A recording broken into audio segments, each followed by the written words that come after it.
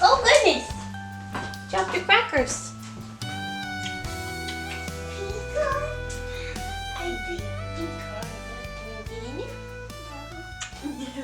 Hi, I'm Jordan from the blog countryandcolor.com. This is my Einkorn oatmeal recipe. All of the ingredients and their amounts will be linked on our blog post at countryandcolor.com. Please enjoy the recipe. Okay, my chop.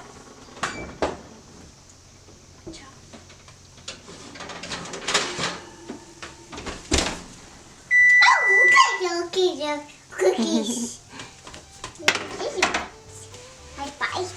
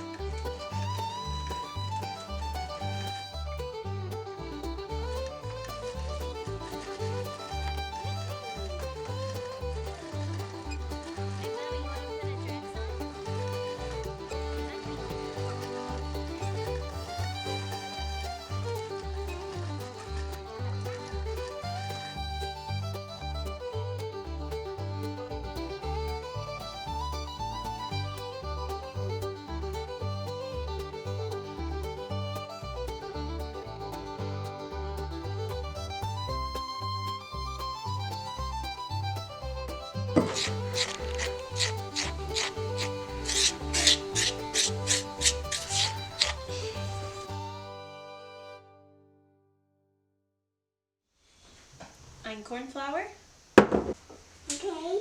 oats, Okay. butter, Okay. cinnamon, baking soda, clove, a pinch of nutmeg, Yeah. salt, vanilla extract, cane sugar, That's it. Put eggs. 2 large eggs. Put eggs. Correct. First thing I did before starting this recipe was mill my own einkorn flour from organic einkorn berries. I actually got a bag off of Amazon. They're not very hard to find these days because einkorn is just getting more and more popular. But I have this little hand grinder thing that I also got from Amazon, or my mom got me from Amazon, and I can grind my own einkorn berries with it. It's really cool.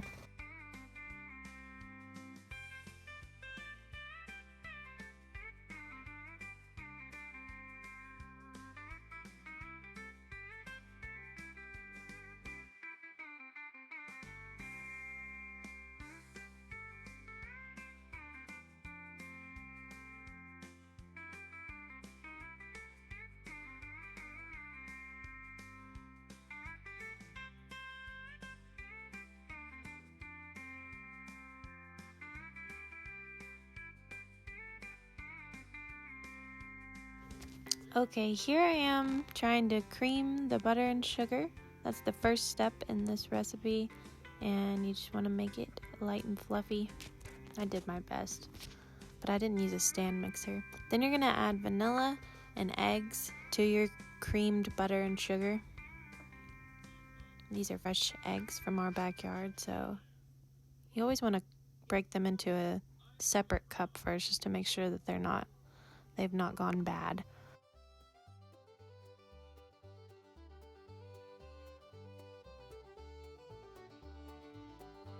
Now I'm just mixing together the eggs and the vanilla and the butter and cream in the same bowl.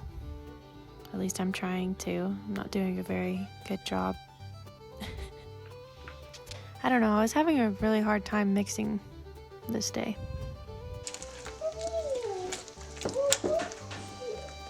Okay, now we're adding in the dry ingredients: cinnamon, sugar, baking powder, baking soda, salt, pinch of nutmeg, and some ground cloves. And then you just saw me add in a little bit of the flour. I was using way too small of a bowl at this point. I don't know, just things were not going well for me. But you'll see later that I switched into a bigger bowl. Anyways, and then now I'm adding the oats in.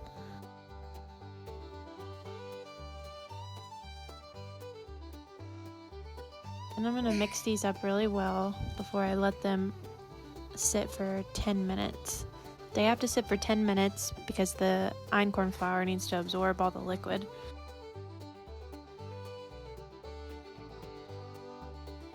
So it's a good point to do any cleanup that you need to do.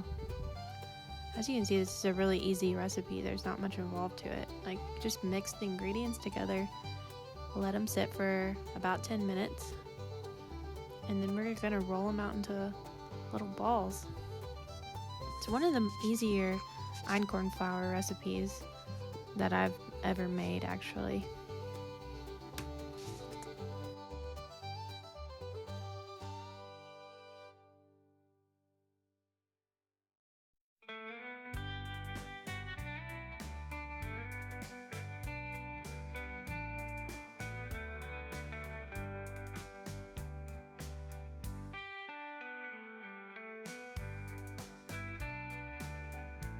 Can you stand here?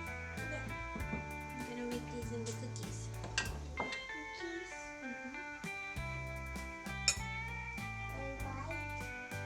Not yet, I gotta cook them. So now I'm just taking a tablespoon of dough and rolling it, kind of more just pressing and forming it into balls. I probably could have used just a few tablespoons less flour in this, and maybe they wouldn't have been as dry as they were. They turned out great after I cooked them in the oven, but they were a little bit difficult to form, to roll into balls.